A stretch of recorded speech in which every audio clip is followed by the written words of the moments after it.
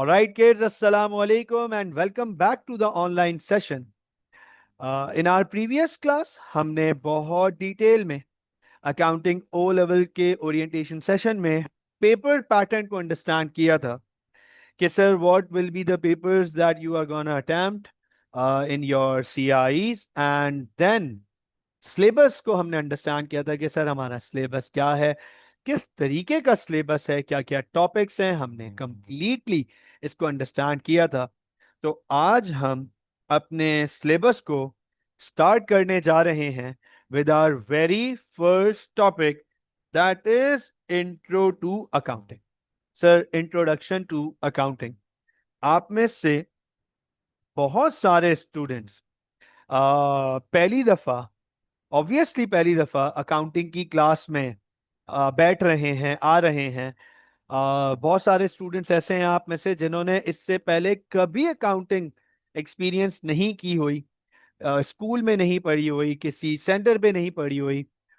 तो उनके माइंड में, और बाकी लोग जिन्होंने अकाउंटिंग पढ़ी हुई है आज आज की क्लास से पहले, मुझसे पहले अकाउंटिंग पढ़ी हुई है जिन्होंने, जिन स्टूडेंट्स ने, तो उनके माइंड में भी कहीं ना कहीं जब वो फर्स्ट टाइम अकाउंटिंग पढ़ने जा रहे थे तो तीन सवाल लाजिम थे कि तीन सवाल आपके माइंड में होने चाहिए। Any student that is studying accounting for the very first time should be having these three questions, तीन सवाल माइंड में जरूर होने चाहिए। सर, पहला question is, first question is, what is accounting? कि सर ये अकाउंटिंग है क्या? What is accounting? अकाउंटिंग क्या है सर? ये पता होना चाहिए, ये क्वेश्चन माइंड में होना चाहिए। Then why to do accounting? कि सर हम अकाउंटिंग क्यों करते हैं? ये दूसरा सवाल लाजमी माइंड में होना चाहिए। और तीसरा सवाल, the third question, how to do accounting? कि सर अकाउंटिंग करते कैसे हैं? अब आप देखें, आपके भी माइंड में हो सकता है, पॉसिबिलिटी है कि ये तीन सवाल मौजूद, when you starting accounting with me, तो हो सकता है आपके माइंड में ये तीन सवाल लाजमी मौजूद हो कि सर अकाउंटिंग है क्या? What is accounting? ठीक है ना? Answer, why to do accounting, हम अकाउंटिंग क्यों करते हैं, that's a very important question. देखिए, जिन्होंने फिजिक्स और केमिस्ट्री पढ़ी हुई है काफी रिलेट कर सकते हैं वो इस बात को कि सर फिजिक्स केमिस्ट्री पढ़ने वाले को ये पता होता है कि physics and chemistry they both are 100% practical and realistic happening around us. मतलब we can feel gravity, we can feel force, we can feel motion, we can feel energy, we can feel power. तो sir ये तो physics में जो हम पढ़ रहे हैं वो हमारे इर्द गिर्द मौजूद है, हमारे सराउंडिंग में है। इसी तरीके से सर अगर हम केमिस्ट्री की बात करें तो sir chemical formulas, chemically goods बनाने के लिए हमें केमिकल फार्मूलाज पढ़ने होते हैं, and which is the study of which is what we study in chemistry, right? Sir ये अकाउंटिंग क्यों पढ़ रहे हैं? ये बड़ा इंपॉर्टेंट सवाल आ जाता है स्टूडेंट्स का। सर ये अकाउंटिंग क्यों पढ़ रहे हैं, क्या जरूरत पड़ी है हम अकाउंटिंग पढ़ने की? ठीक है ना? सर आप बहुत लैग हो, तो सर अकाउंटिंग क्यों करते हैं, ये एक बड़ा इंपॉर्टेंट सवाल आ जाता है कि क्या जरूरत पड़ी है सर अकाउंटिंग पढ़ने की? वाई वाई वाई हम अकाउंटिंग क्यों पढ़ रहे हैं? और तीसरा सवाल, जब एक दफा ये समझ आ जाए ना कि अकाउंटिंग क्या है और अकाउंटिंग क्यों पढ़ रहे हैं, तो सर अकाउंटिंग कैसे करते हैं? सर अकाउंटिंग कैसे करते हैं, हाउ टू डू अकाउंटिंग, ये बहुत इंपॉर्टेंट हो जाता है। तो आइए हम एक एक करके अपने तीनों सवालों के जवाब अक्वायर करेंगे। सबसे पहला सवाल, व्हाट इज अकाउंटिंग? सबसे पहला सवाल कि सर अकाउंटिंग क्या है? गौर से देखिएगा, what is accounting? Sir accounting क्या है, फोकस कीजिएगा। अगर मैं अकाउंटिंग की बात करूं So accounting is broadly categorized into two main parts. Accounting को हम दो हिस्सों में डिवाइड कर सकते हैं. What is accounting? अकाउंटिंग को हम दो हिस्सों में डिवाइड कर सकते हैं and accounting is all about these two things. Sir ये दो चीजें क्या हैं? फोकस कर लीजिएगा, नोट कीजिएगा. सर अकाउंटिंग का पहला हिस्सा या अकाउंटिंग का पहला पोर्शन, पहला पार्ट है recording of business transactions. Sir accounting का पहला हिस्सा, अकाउंटिंग के दो पार्ट्स हैं. Accounting can be divided into two main parts. पहला हिस्सा है recording of business transactions. Business transactions को रिकॉर्ड करना. अब हो सकता है इस वक्त आप में से कुछ ऐसे स्टूडेंट्स बैठे हुए हों जिनको ये कंफ्यूजन हो या ये सवाल हो कि सर ये ट्रांजैक्शन क्या चीज होती है? What do we mean by transaction? Sir इस ट्रांजैक्शन का मतलब भी समझाएं. तो आइए मैं आपके सामने ट्रांजैक्शन की डेफिनेशन लिख देता हूं, डिस्क्रिप्शन लिख देता हूं यहां पे. The word transaction means activities happening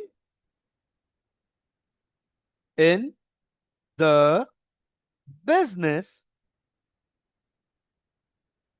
involving money value. तो सर कोई भी एक्टिविटीज जो बिजनेस में हो रही हैं और जिनकी कोई मॉनेटरी वैल्यू है, मनी वैल्यू है, उस एक्टिविटी को हम पैसों में, फाइनेंस में, मनी में एक्सप्रेस कर सकते हैं, उसे ट्रांजैक्शन कहते हैं. अब हो सकता है कि सर यहां पे फर्दर एक्सप्लेनेशन की जरूरत पड़े किसी स्टूडेंट को. हो सकता है कि कहे सर कुछ एग्जाम्पल्स अगर हो जाएं ट्रांजैक्शन की तो बहुत आसानी से बात समझ आ जाएगी. तो एग्जाम्पल हो जाए, क्यों नहीं हो जाए एग्जाम्पल? हम एक एग्जाम्पल लेते हैं. मेरा एक बड़ा पसंदीदा बिजनेस है. मुझे ये बिजनेस सिर्फ देखने में अच्छा लगता है, करने का कोई शौक नहीं है. I have absolutely no interest in doing this, but देखने में अच्छा लगता है. As mart. अब अगर हम मार्ट की बात करें तो हम सबको पता है कि sir mart is a business that buys and sells readymade goods. Technically a retail store, right? तो मार्ट्स हर साइज के होते हैं. We have huge marts and we have some small scale marts. Street corner पे भी हमें मिल जाते हैं. अगर मैं बड़े मार्ट्स की बात करूं कराची में, हम सबको पता है we have Naheed, Imtiaz, Chase, Metro, right? ये बड़े मार्ट्स में आ जाते हैं, ऐसे ही है ना. we had Carrefour, unfortunately that winded the setup last year, and we have Fareed's, Jamil's, right? Agaz. छोटे छोटे मार्ट्स भी हैं हर इलाके में. आपको हर गली में, मोहल्ले में छोटे छोटे मार्ट्स भी मिल जाएंगे, राइट? तो एक मैं इंटरेस्टेड हूँ, let's suppose as mart start करने के लिए, ठीक है? अब मुझे एक बात बताएं, क्या एएस मार्ट स्टार्ट करने के लिए मुझे लैंड एंड बिल्डिंग चाहिए होगा? यस और नो? तो sir I will be needing land and building to start as mart. इसका मतलब दो चीजें हैं, दो ऑप्शंस हैं. या तो मैं लैंड एंड बिल्डिंग खरीद सकता हूं, ओनरशिप, या मैं रेंट पे ले सकता.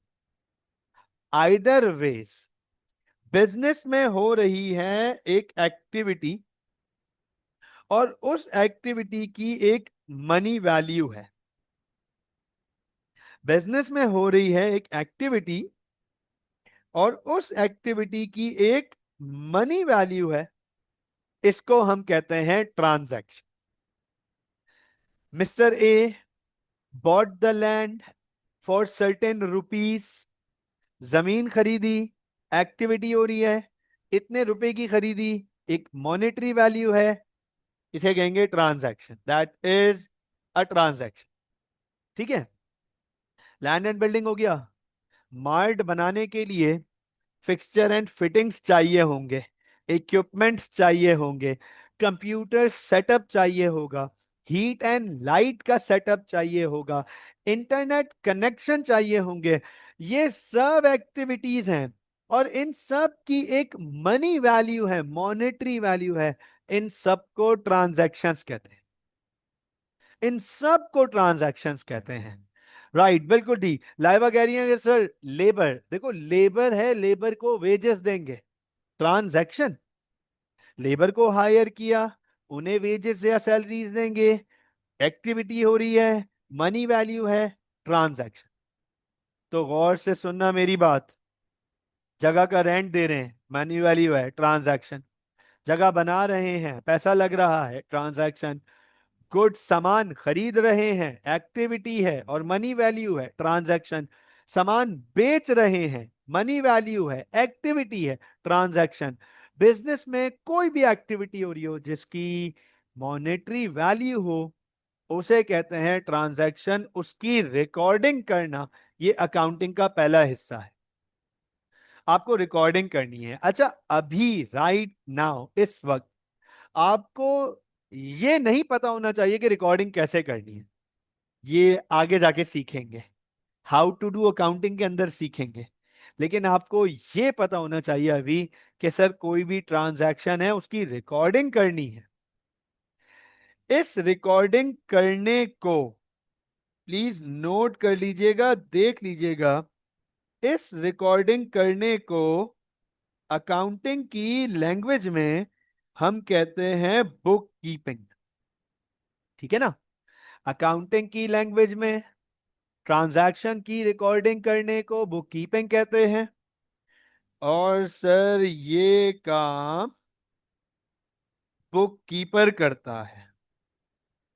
ये काम कौन करता है? Book keeper. ये काम करने वाले को हम बुक कीपर कहते हैं। This work is performed by book keeper. जो बंदा, जो शख्स, जो लोग बिजनेस की ट्रांजैक्शंस की रिकॉर्डिंग कर रहे होते हैं, मतलब बुक कीपिंग कर रहे होते हैं, उन्हें अकाउंटिंग की लैंग्वेज में हम बुक कीपर कहते हैं। और आपको पता है ये काम, बुक कीपिंग का काम, ये रोज किया जाता है, डेली। मतलब आज 10 ट्रांजैक्शंस हुई हैं तो 10 की 10 रिकॉर्ड होंगी। कल 100 ट्रांजैक्शंस हुई हैं तो 100 की 100 रिकॉर्ड होंगी। किसी दिन 500 ट्रांजैक्शंस हुई हैं तो सब ट्रांजैक्शंस 500 की 500 रिकॉर्ड की जाएंगी daily. Bookkeeping is performed daily by bookkeeper, that is to record transactions. अब सर ये है अकाउंटिंग का पहला हिस्सा। आज की ट्रांजैक्शन रिकॉर्ड होंगी, कल की भी ट्रांजैक्शन रिकॉर्ड होंगी, परसों की ट्रांजैक्शन रिकॉर्ड होंगी और रोज रिकॉर्ड होंगी। और कौन रिकॉर्ड करेगा? बुक कीपर रिकॉर्ड करेगा। ठीक है। Now very importantly, once the bookkeeping is done, एक दफा जब ये बुक कीपिंग हो गई, बुक कीपिंग इज डन, तो अकाउंटिंग का सेकंड फेज आता है, अकाउंटिंग का सेकंड पोर्शन सामने आता है, जिसे हम कहते हैं, गौर से देखिएगा, the second phase of accounting, preparation of financial statements. Sir अब हम फाइनेंशियल स्टेटमेंट्स बना रहे हैं। ठीक है, क्या बना रहे हैं? अब हम फाइनेंशियल स्टेटमेंट्स बना रहे हैं। हो सकता है इस वक्त आप में से कोई ऐसा हो जो ये सोच रहा हो कि सर ये फाइनेंशियल स्टेटमेंट्स क्या होते हैं। ऑब्वियसली जो अकाउंटिंग पहली दफा पढ़ रहा है उसके लिए financial statement will be a very new term. तो देखो, फाइनेंशियल स्टेटमेंट्स ऑल्दो हम आज की ही क्लास में सेकेंड हाफ में पढ़ेंगे, इसके बाद बहुत डिटेल में पढ़ेंगे फाइनेंशियल स्टेटमेंट्स। अभी के लिए, as of now, as of just now, अभी के लिए आप ये समझ लो कि फाइनेंशियल स्टेटमेंट्स बिजनेस की परफॉर्मेंस बताते हैं। How good a business is performing, financial statements के थ्रू पता चलता है। तो फाइनेंशियल स्टेटमेंट्स बनाना ताकि बिजनेस की परफॉर्मेंस पता चल सके, ये अकाउंटिंग का सेकंड पार्ट है, ये अकाउंटिंग का सेकंड फेज है। आपको पता है, इसके करने को, इसके करने को हम अकाउंटिंग कहते हैं। क्या कहते हैं? अकाउंटिंग। इसको करने को हम अकाउंटिंग कहते हैं, और ये काम करने वाले को हम अकाउंटेंट कहते हैं। अकाउंटेंट, ये चेक कर लीजिएगा, ये काम करने वाले को हम अकाउंटेंट कहते हैं, और ये काम रोज नहीं किया जाता, बल्कि ये काम पीरियोडिकली किया जाता है। पीरियोडिकली का मतलब है over a certain time period. ये काम एक सर्टेन टाइम पीरियड में किया जाता है। अकाउंटिंग, फाइनेंशियल स्टेटमेंट्स बनाना, ये काम हम रोज नहीं करते और रोज कर भी नहीं सकते। फाइनेंशियल स्टेटमेंट्स बनाना आसान नहीं होता, ये टाइम टेकन काम है और इसमें मेहनत लगती है, एफर्ट लगते हैं। तो ये काम हम ओवर अ टाइम पीरियड करते हैं। टाइम पीरियड के मुराद, सर ये वीकली हो सकता है, वीकली, लेकिन वीकली भी नहीं होता, मैं आपको बता रहा हूं। सर ये काम मंथली हो सकता है, कुछ बिजनेसेस मंथली करते हैं, हर बिजनेस मंथली नहीं करता। हर मंथ फाइनेंशियल स्टेटमेंट्स बनाना बहुत सारे बिजनेसेस के लिए ये भी पॉसिबल नहीं है। क्वार्टरली होता है, क्वार्टरली, हर 3 मंथ्स में, एवरी 3 मंथ्स, मतलब जनवरी, फरवरी, मार्च, इन 3 महीने की एक साथ स्टेटमेंट्स बनाई। यस, बहुत सारे बिजनेसेस ये काम करते हैं क्वार्टरली। इसी तरीके से 6 मंथ्स की बन सकती हैं, हाफ ईयरली, सेमी एनुअली जिसको हम कहते हैं, और एनुअल तो होता ही होता है, साल में एक दफा। तो फाइनेंशियल स्टेटमेंट्स बनानी ही पड़ती हैं, गवर्नमेंट की तरफ से भी ये रिक्वायरमेंट है, और बिजनेस के ओनर को भी पता होना चाहिए, मैनेजमेंट को भी, कि उनकी परफॉर्मेंस कैसी है। तो साल में एक दफा पीरियोडिकली, ये एक दफा तो बनानी पड़ेगी। अब मैं आपको यहां पर एक जबरदस्त बात बताता हूं कि सर, ये जो अकाउंटिंग है और बुक कीपिंग है, ये आपस में बड़े क्लोजली रिलेटेड है ना, है तो दोनों अकाउंटिंग का पार्ट, अकाउंटिंग के दो हिस्से हैं। जब तक बुक कीपिंग नहीं होगी, अकाउंटिंग नहीं हो सकती। If book keeping is not perform, तो अकाउंटिंग नहीं हो सकती। और मैं आपको यहां एक बात क्लियर कर दूं, मैंने ओरिएंटेशन में अपने कुछ वेंचर्स के बारे में आपको बताया था, अपने वेंचर्स कुछ इंट्रोड्यूस किए थे। आज मैं आपको उनके बारे में बता दूं कि सर, मैं उन वेंचर्स की अकाउंटिंग भी खुद करता हूं।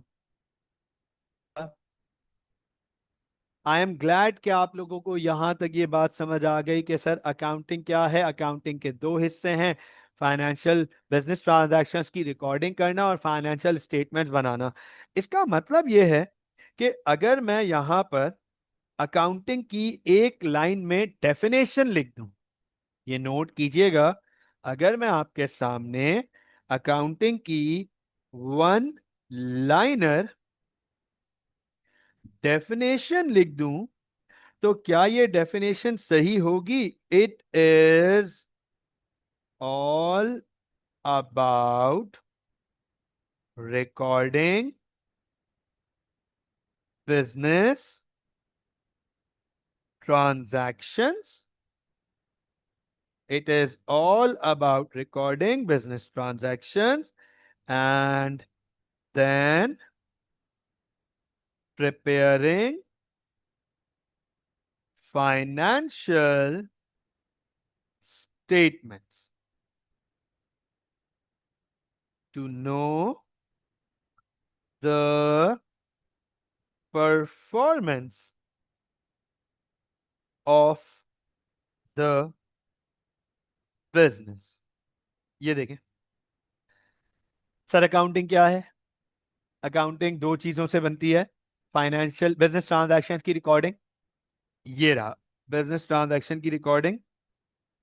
और जब एक दफा बुक कीपिंग हो जाती है तो फिर फाइनेंशियल स्टेटमेंट्स बनाना, प्रिपेयरिंग फाइनेंशियल स्टेटमेंट्स, ताकि बिजनेस की परफॉर्मेंस पता चल सके। अभी मैंने थोड़ी देर पहले आप लोगों को ये बात बताई एग्जाम्पल्स के थ्रू और अपने बिजनेसेस वेंचर्स दिखाकर बताकर कि उनकी अकाउंटिंग मैं खुद करता हूं।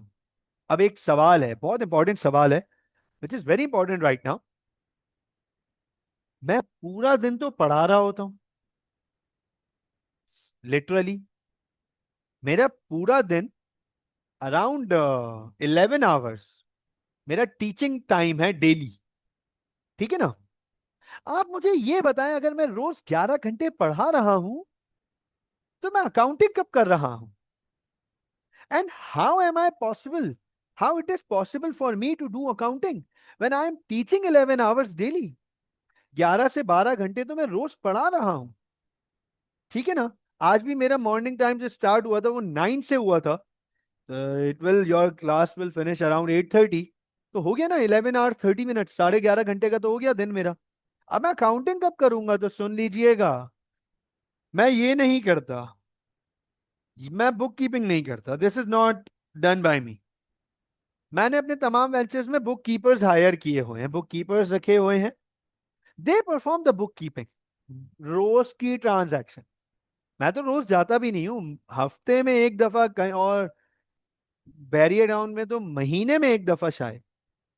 बुक कीपिंग बुक कीपर कर रहा है ना, रोज की ट्रांजैक्शंस, जो ट्रांजैक्शंस डेली हो रही हैं वो रिकॉर्ड कर रहे हैं। एंड हर वेंचर की जो बुक कीपिंग है वो क्लाउड बेस्ड है। जैसे ही वहां बुक कीपिंग होती है मेरे पास डाटा अपडेट हो जाता है। तो डे एंड पे भी अगर कभी मुझे रात में अपने वर्क स्टेशन पे ही बैठ के ये देखना हो कि आज कहाँ क्या हुआ, तो मेरे लिए बहुत इजी है। मैं क्लाउड एक्सेस करके डाटा अक्वायर कर लेता हूं कि व्हाट हैपेंड टुडे, और आज का क्या दिन रहा। अकाउंटिंग में मैं बुक कीपिंग नहीं कर रहा, मैं ये कर रहा हूं। लेकिन अंडरस्टैंड करना, me for me to do accounting means to prepare financial statements, I have to rely on bookkeeper. मुझे bookkeeper पे rely करना पड़ेगा। Once the bookkeeper has supplied me the information, then only I can perform accounting. तो ये बात समझ लेना, without bookkeeping there will be no accounting. Without bookkeeping there will be no accounting. So I hope that this is very clear to you guys.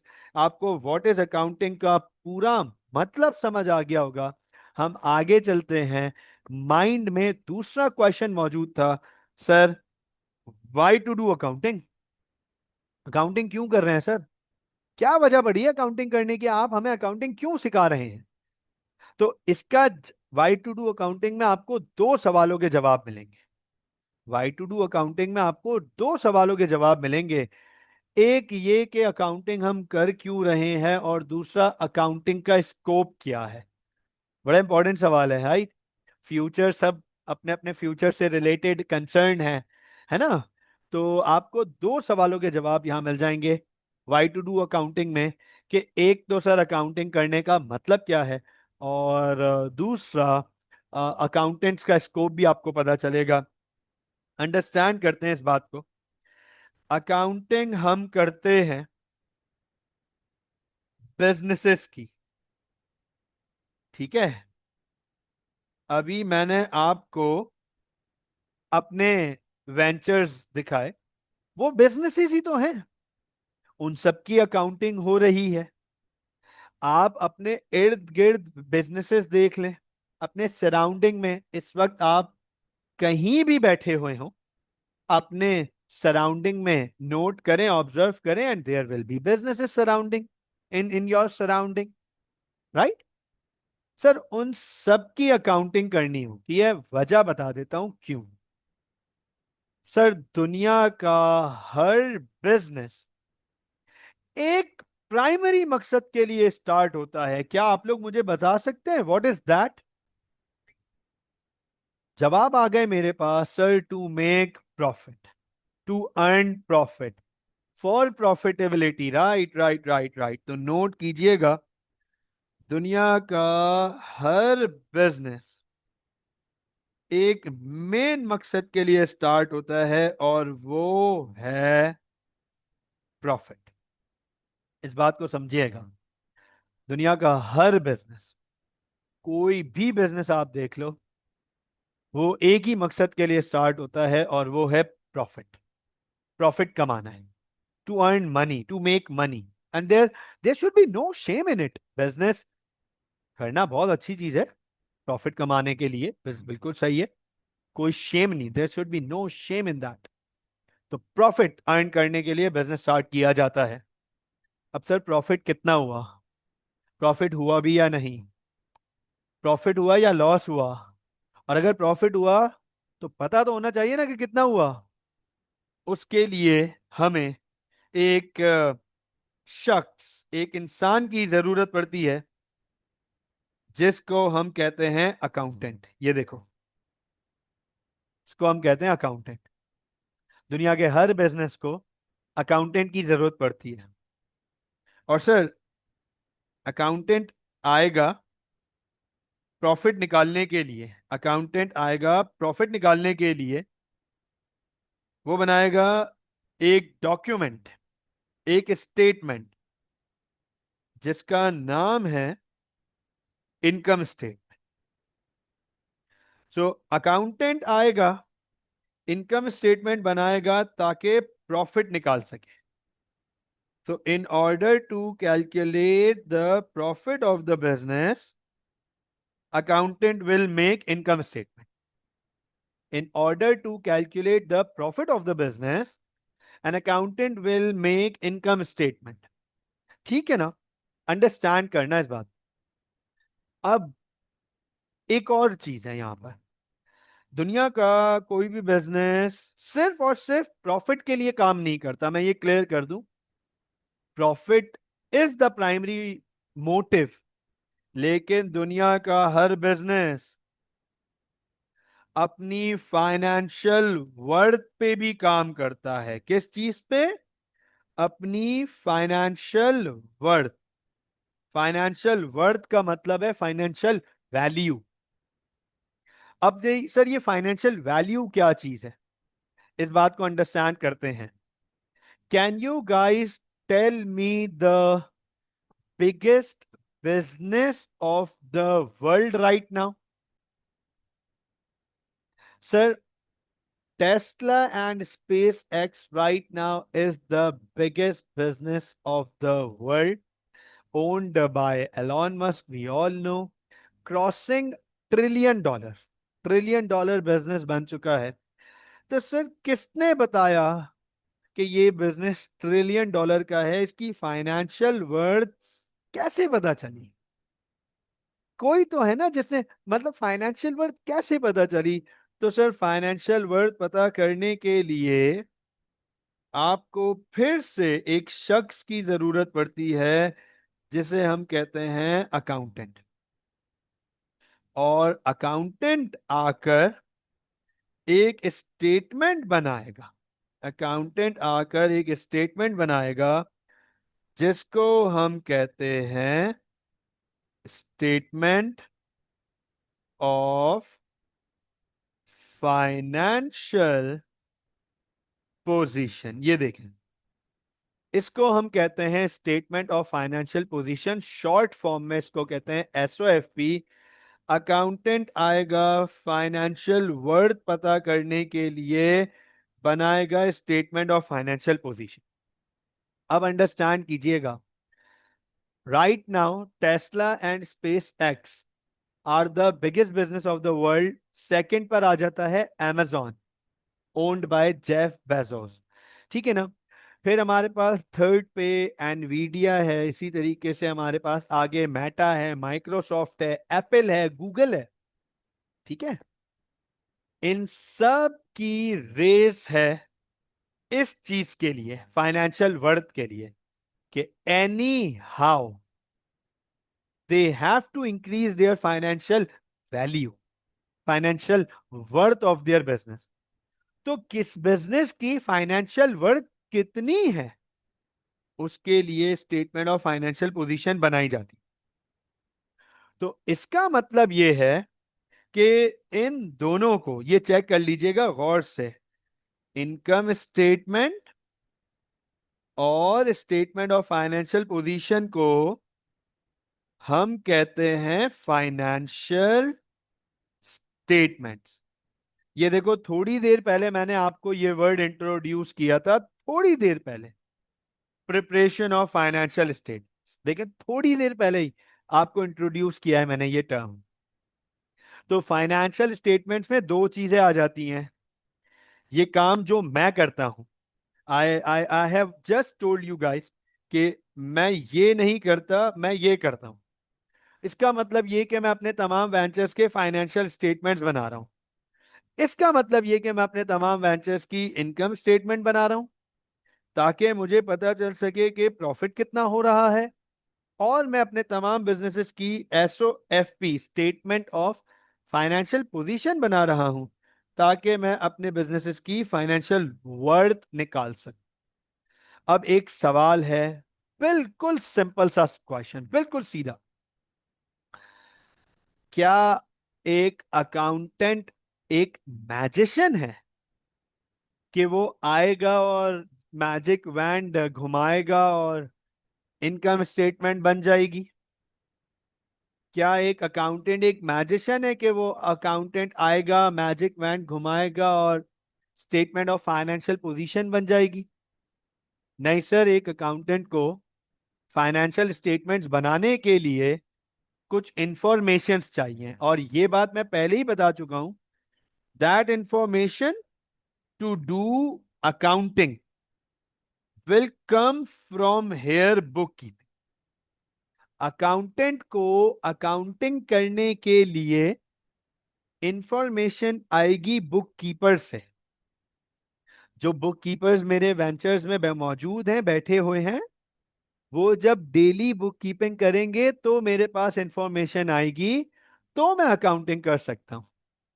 और मुझे income statement बनाने के लिए दो इंफॉर्मेशन चाहिए। आई रिपीट, इनकम स्टेटमेंट बनाने के लिए मुझे दो इंफॉर्मेशन चाहिए।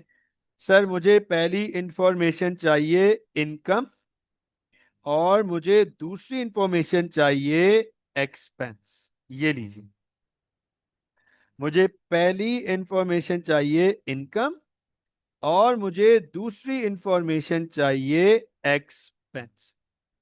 ठीक हो गया? स्टेटमेंट ऑफ फाइनेंशियल पोजीशन बनाने के लिए मुझे चार इंफॉर्मेशन चाहिए, four. I need four information from book keeper to produce statement of financial position. मुझे चाहिए इंफॉर्मेशन ऑफ एसेट्स, मुझे चाहिए इंफॉर्मेशन ऑफ लाइबिलिटीज, मुझे इंफॉर्मेशन चाहिए ऑफ कैपिटल, और मुझे इंफॉर्मेशन चाहिए ड्राइंग्स। तो सर, ये चार इंफॉर्मेशन चाहिए, एसेट्स, लाइबिलिटीज, कैपिटल, ड्राइंग्स, ताकि मैं स्टेटमेंट ऑफ फाइनेंशियल पोजीशन बना सकूं। This is 3, 4, 5 and 6। तो सुन लीजिएगा, for an accountant, for an accountant to produce income statement and to produce a statement of financial position, that means to produce financial statements, accountant needs six informations from bookkeeper. Book keeper से छह information चाहिए। आपको पता है इन 6 informations को हम कहते हैं 6 नेचर्स ऑफ अकाउंट्स। हम इन्हें कहते हैं 6 नेचर्स ऑफ अकाउंट्स। और ये 6 नेचर्स के साथ हम फाइनेंशियल स्टेटमेंट्स बनाते हैं। और आप ये चीज नोट कर लें कि इंट्रोडक्शन टू अकाउंटिंग के बाद हमारा जो अगला टॉपिक है वो है 6 नेचर्स ऑफ अकाउंट्स। मुझे ये बताएं, क्या यहां तक सब क्लियर है? Yes please.